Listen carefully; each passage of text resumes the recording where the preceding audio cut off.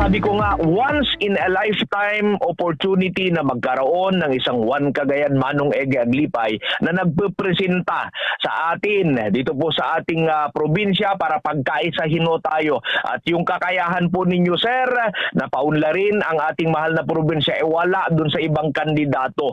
Napakasimpleng comparison po nito. Kilala ninyo kung sino yung kalaban ni Manong Ege Aglipay sa ngayon. Kilala ninyo yung pagkatao nila.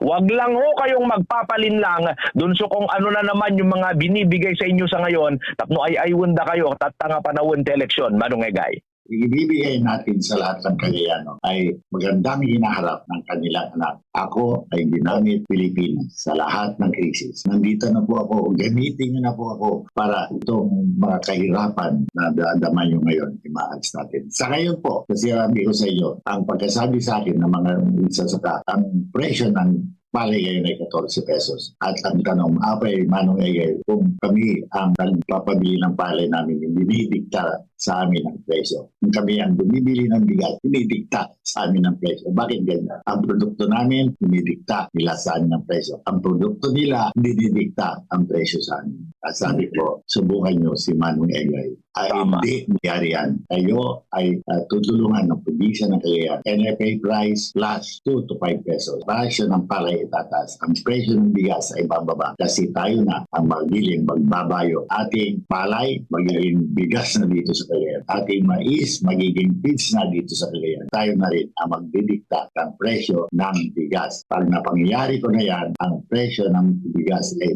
bababa. Presyo ng feeds ay bababa. Presyo ng patigas na isda ay bababa. Pero tataas ang presyo ng palay, presyo ng mais at ang presyo ng nahuling isda.